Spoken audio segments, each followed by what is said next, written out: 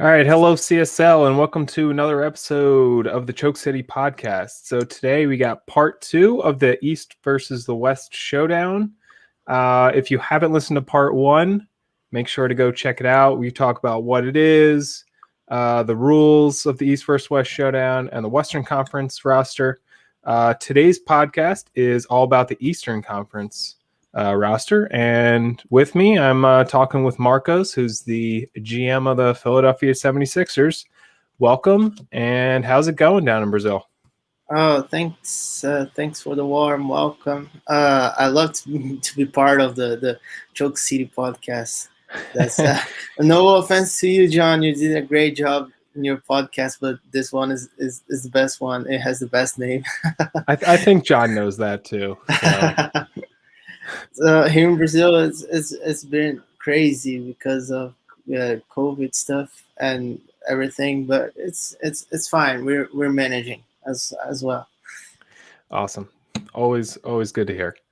So, all right, let's jump right into it. So, before we talk about your the people that you actually brought, for the East, I wanted to ask you, what was your philosophy or strategies for roster construction? Like, was it just to add as much talent as possible? Were you trying to build around a few certain guys? Were you worried about stopping certain guys on my team? What was your overall philosophy? Okay, so uh, it's strange because my philosophy for building this roster it goes against my overall philosophy of like you having uh, lower usage guys with high defensive ratings to stop certain guys on the other teams. But in this case, I knew you were going to bring a lot of defense, and to make it funnier, I tried to make a very good offensive team. Of course, I'm not giving up on the defensive side because you have some powerful scorers right there in Tatum, in Monk, some guys who are among the best scorers in the league. So I'll have to have players to stop them. But I also try to make a very, very, very high level offensive team, starting with a point guard that can distribute to the other guys, and then you have four scorers all over the floor, four guys who can also play D. So I try to fill my team with two-way players, so I wouldn't give up a lot on the defensive end. I will have a great defensive team as well. Not as full of high defenders, high specialist defenders like yours, but I'm also going to have a very good defense. But on the offensive end, we'll have one player who can distribute and four guys who can score at will.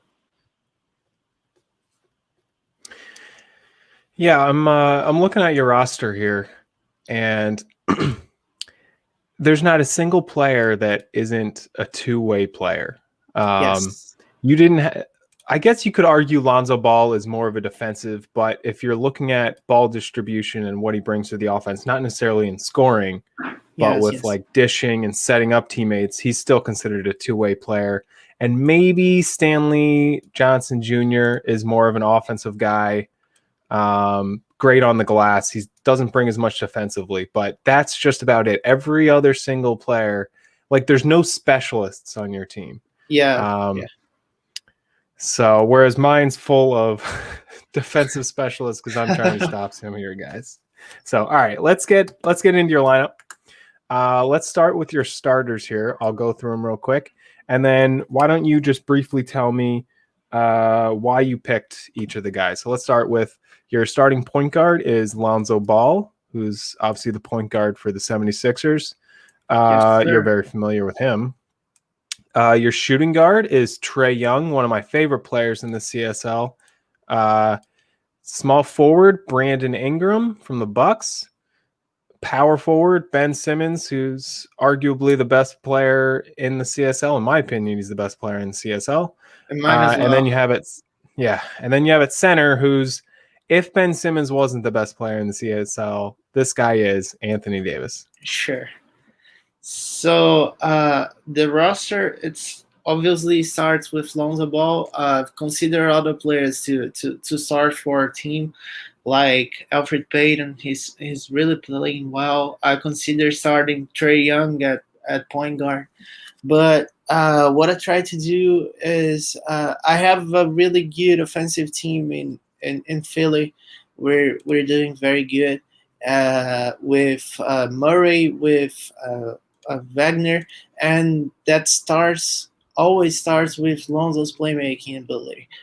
He's the key to our offense. He has an assist rate over 50%. It's just insane. I don't believe in the history of the league or in the history of NBA. I haven't checked it out, but I don't think we're going to find a player with such high assist percentage. So I tried to build the team around this fact, the fact that he's such a gifted playmaker. He is going to make things happen. I'm sorry about the noises. The house gonna be filled with people because it's my mother-in-law's birthday today, and there's gonna be some celebrations right here. But let's keep going. I hope you forgive me. All good, man. Just happy to have you on. Just happy that you could take some time out of your day to talk about your Eastern Conference team. Anytime, So don't worry about it. So coming back to the team, I guess Lonzo is such a good defender. He's as good as Peyton on the defensive end. That's probably, along with Shaq Harrison, the three best defensive point guards in the league. So it was more about do I need more playmaking or do I need a little bit more of scoring, a player who is a little bit more efficient and shot hungry than Lonzo is.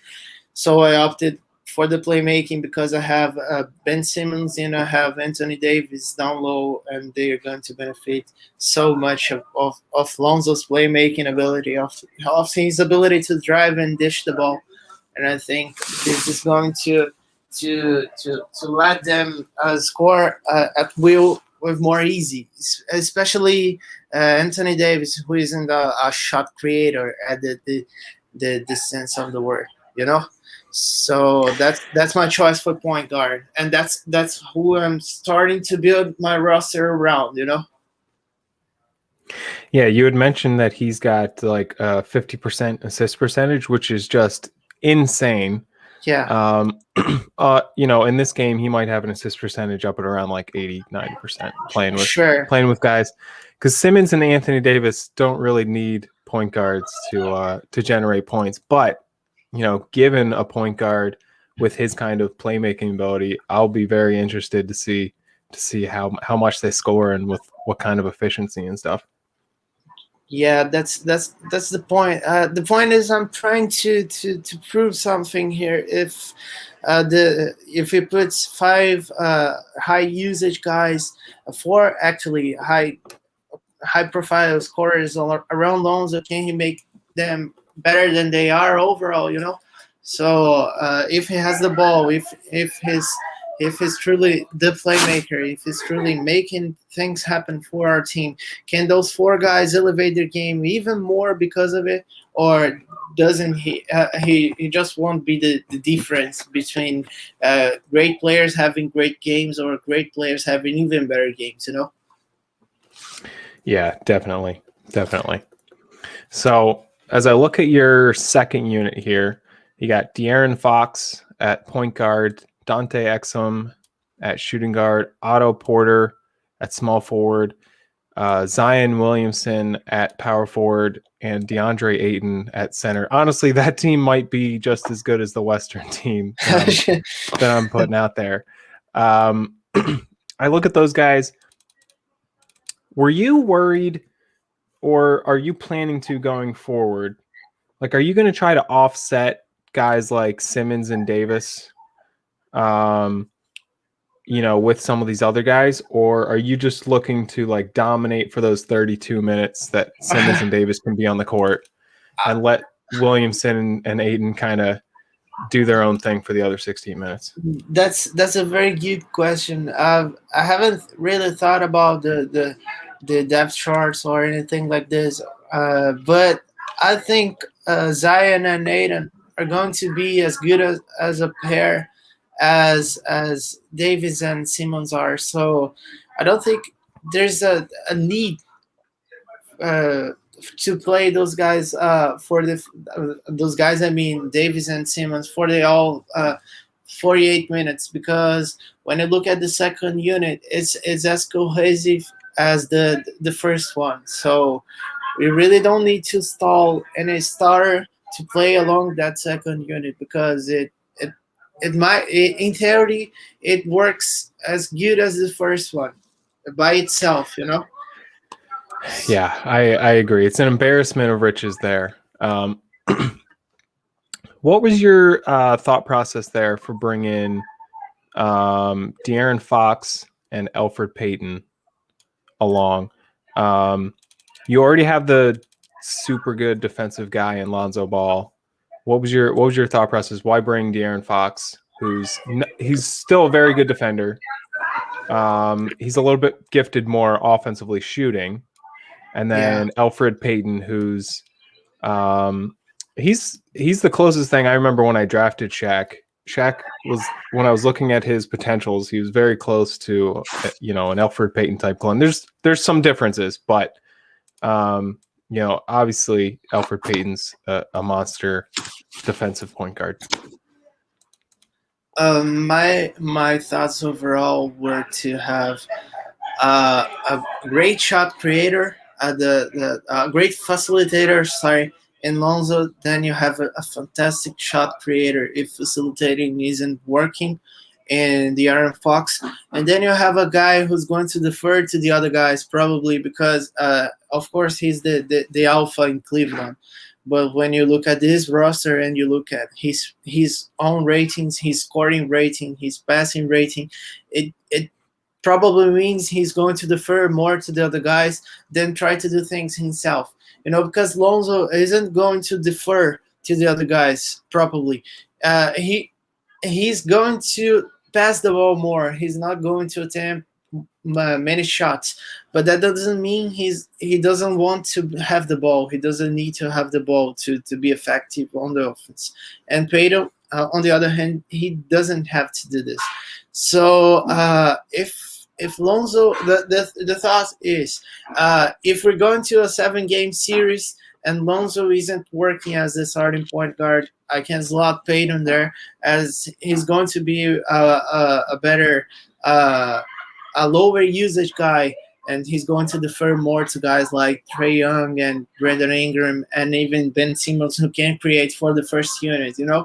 So that's the overall thought of the thing. And probably Peyton's going to play many minutes with the starting lineup as well, because he's more of a natural replacement to Lonzo than Fox is.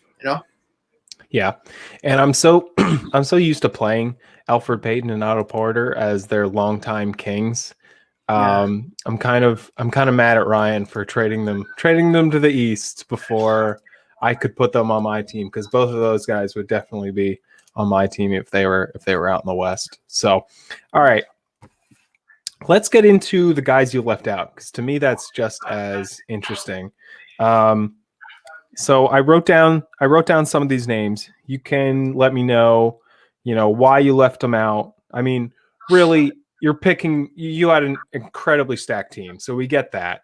You had to make some hard decisions, between multiple great players. But just kind of curious your thought process for one guy that I was surprised about, but I'm sure you had your reasoning. Was Bridges from the Celtics, especially after we've seen how important he is for the Celtics. Yeah, he's probably the guy I feel most most bad for letting him out, because between him and Otto Porter, of course, I wasn't letting Brandon Ingram out. He's the starter. He's the best small forward in the East when it comes to two-way playing. and he's such a complete player. I couldn't let him out. He fits any lineups. He can do things on and off the ball. So it was an easy decision to bring him. But I wanted to bring in five guards, five bigs, and two wings. So at the end of the day, it was. I had many other wings in line to be selected to be picked up to this game, but at the end of the day, the last decision was either Otto Porter or Miles Bridges, and I wanted to bring in Porter because of his high efficiency. When it comes to shooting, he's such a gifted shooter, and his overall a little bit better on the defensive end. So Bridges is a guy who can do more things, especially with the ball. But Porter is a guy who fits better off the ball with most players, so it's easier to build a roster with him than Bridges. So if I have to stop one of your wings, it's going to be Porter, who's the main stopper at small forward, and not Bridges. I got you. Yeah, that makes sense. After you're talking about, I wasn't sure, what your reasoning was, but as you mentioned that you wanted five guards, five front court guys, and just two wings, that really limits, guys like Bridges, who's, definitely a wing, and you can't really fault, Marcos for bringing on Otto Porter, who's I've honestly never seen him play better than he has this year. I know he's what is he, 32, I think? Yeah, 32, But I think, or 33. Let me check. Yeah. His shooting efficiency is off the charts. Like usually when I look at the league leaders for field goal percentage, it's usually all front court guys, and like Isaiah Taylor will find his way on there because everyone knows, he's extremely good at his jump shot. But somehow Otto Porter has found his way onto the league leaders for field goal percentage. Now, what's so amazing about that is that a lot of his shots are from three. He's shooting 47% from three. That's crazy. That's unbelievable. And he's taking that many shots from three, and his overall field goal percentage is still high enough to be among the league leaders. Can't fault you for bringing Porter. He is on an absolute tear right now with the Hawks. So, all right, let's get into another guy that I want to touch upon real quickly. I know he's a rookie, but did you heavily consider SGA to bring him onto your team, or was he just a little too raw? I think in 2 years there's gonna be no team without SGA for the East, because the guy will be such a monster. He's probably going to be up there with Lonzo in terms of best point guard in the league. I guess he could have he probably will be even better than Lonzo when it comes to two-way play, because he's gonna be a much more efficient scorer, and he's gonna be as good as a defender, even better man defender than Lonzo is. But right now, if you look at his stats and his ratings, he is one level below Lonzo, one level below Trae Young, who could play point guard for us. He's going to start at shooting guard, but he could be a point guard as well. He's one level below Peyton, and he's one level below Fox as well. So he needs a little bit more development to be up there with those guys. And definitely within 2 or 3 years, once he gets his boosts, there's absolutely not going to be a team on the East without SGA. And I'm saying this because I know Adam isn't going to trade him to the West. I'm pretty sure about this. So probably in a few years, it's going to be SGA starting for the East. Yeah, I agree. I was impressed just looking at his, both his ratings and his stats. He's just surprisingly well-rounded for a rookie. 76 passing, 80 handling, 62, 61 rebounding, 80 defense. and his efficiency shooting was actually higher than what I was expecting. He's up at 56%, which is pretty good for a rookie. And like you mentioned, that's only going to get better as like the rest of his game as he develops over the next couple of years. So, all right, let's go into the next couple guys. I'll lump them in together because they're basically the same type of player. Okay. Chris Dunn and Frank, I'm going to butcher his last name, Ntilikina. Ntilikina, yeah. Were they heavily considered, or? I considered Chris Dunn because I think he's a very good shooter and a very good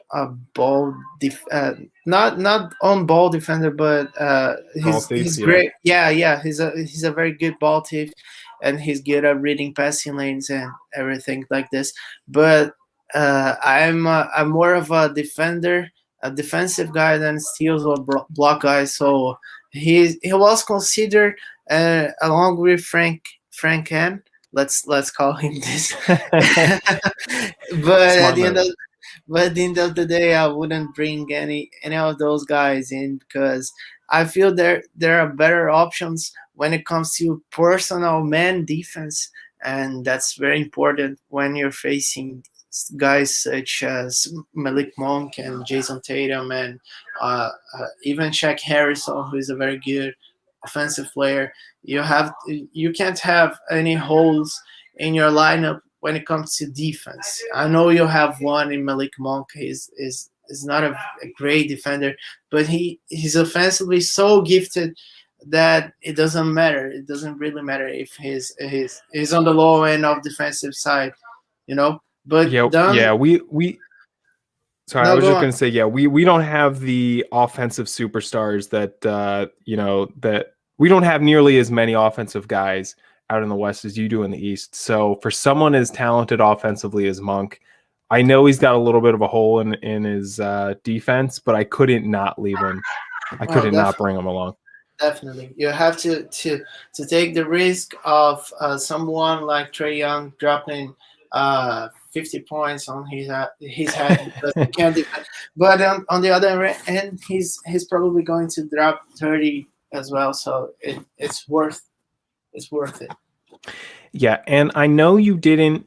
I know you talked about not bringing any specialists, but as we talk about, some of my offensive superstars, the few that I have with Monk and Tatum, did you consider bringing along a Kaiser Gates, who's arguably one of, if not the best defensive player in the league?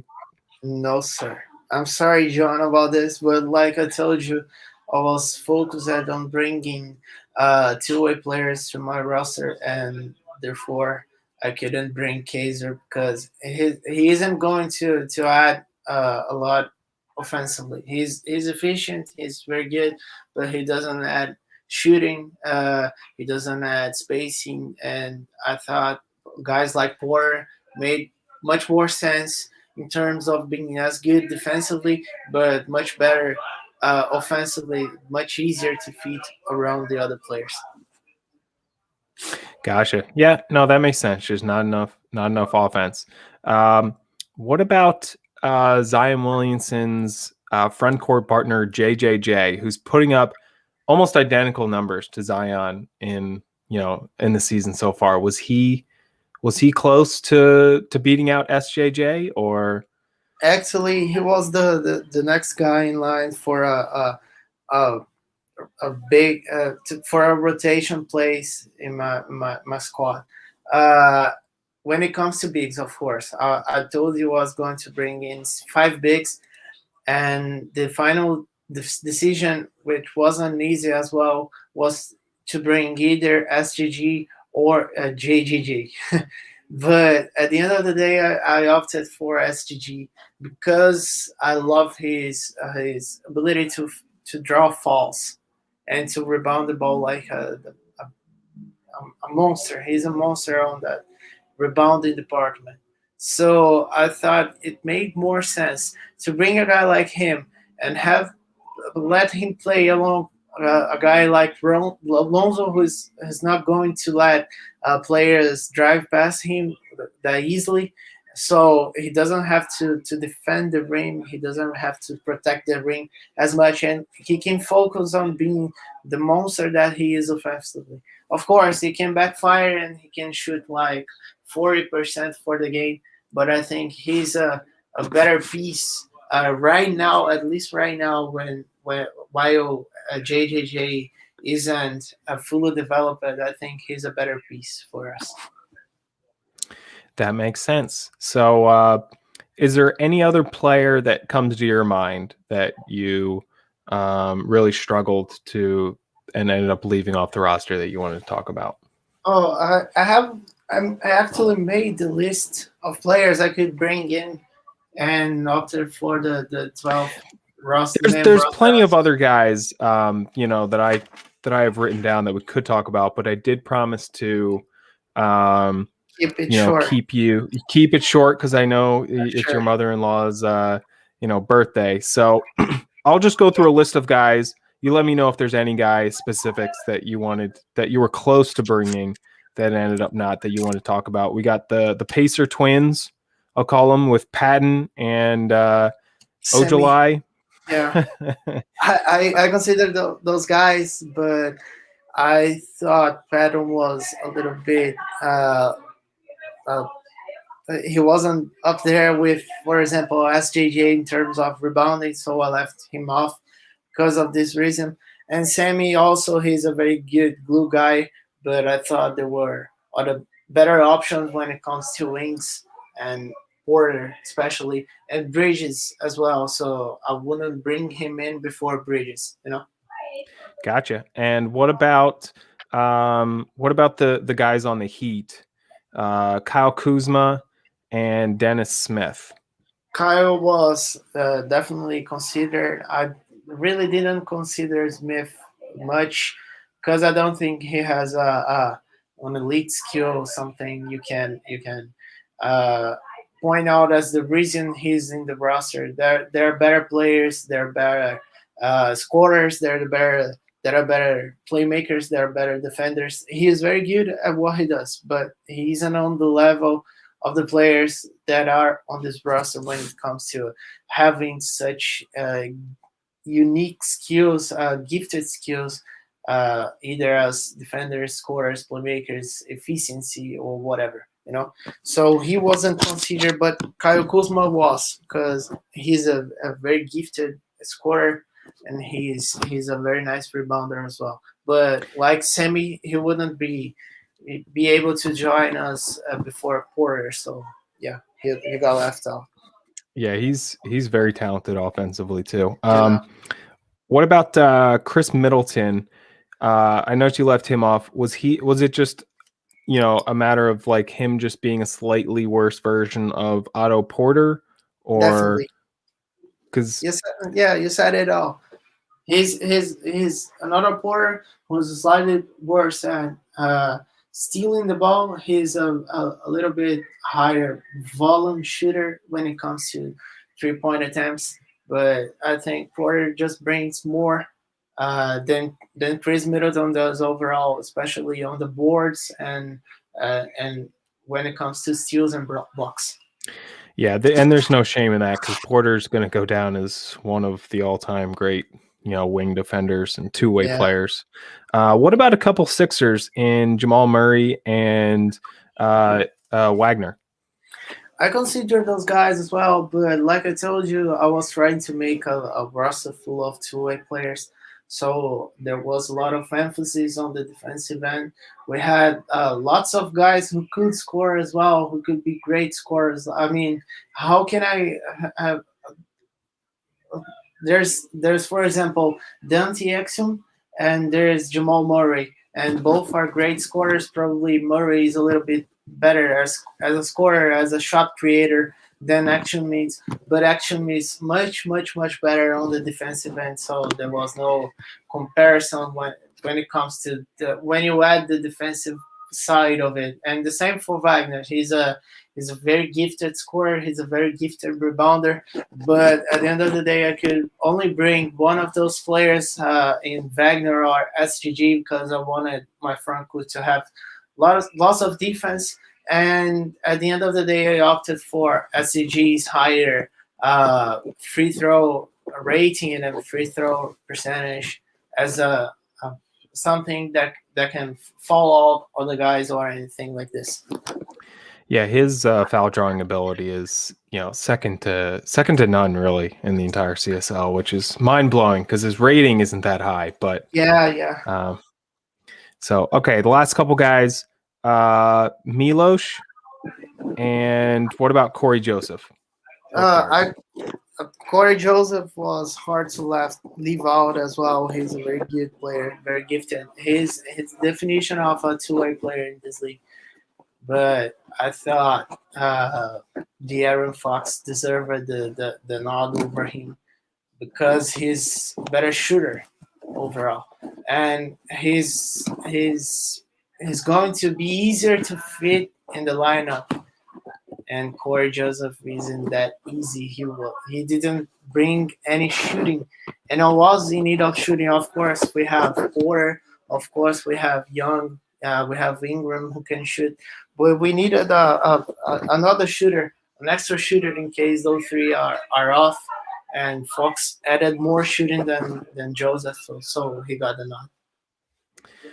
All right, I think that pretty much wraps out at least the big names for the guys. I forgot to talk about the Orlando guys. I had to consider them, Milos and Porzingis and Wiggins, but at the end of the day, I thought there were better pieces overall. That's basically it. Basically the same idea from the other guys. I thought the guys I was bringing in made more sense as a team and made more sense as individual players than the guys that are left off. With the exception of Miles Bridges, I think he's better than Porter, but Porter is easier to fit around the team than Bridges is. Yeah, you definitely had some hard decisions there and had to leave some guys out. So moving away from that, if you were me, how would you attack the Eastern Conference team? Like, are there any weaknesses? Asking for a friend. I'm asking for a friend. It's hard to say because almost every player in my team is a two-way player. So you're not going to be able to attack Lonzo. You're not going to be able to attack our front court. I think personally, when it comes to the starters, I would focus on attacking Trae Young, but that's not gonna be easy, definitely, because I'm not allowing Mount to be defended by Trae Young when I have Lonzo Ball to guard him. So basically, it's very hard. It's raining for Tatum to have such a huge game for Monk to connect on his triples. Of course, anything can happen with those guys. They are amazing. But at the end of the day, it's just gonna be about giving them the ball and praying that they can score over great defenders like the East are going to have.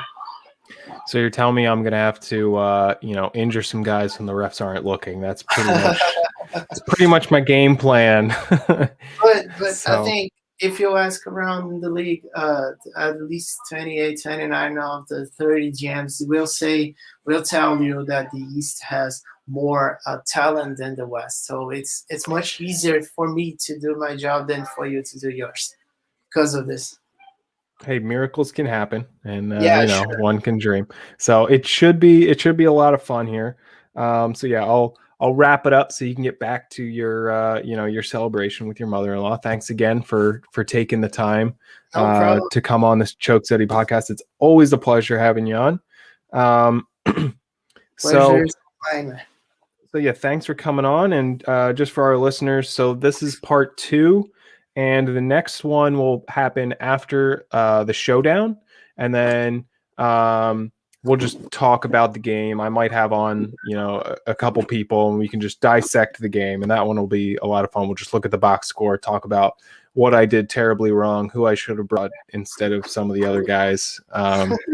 So be on the lookout for that podcast number 3 and the actual showdown between the East and West.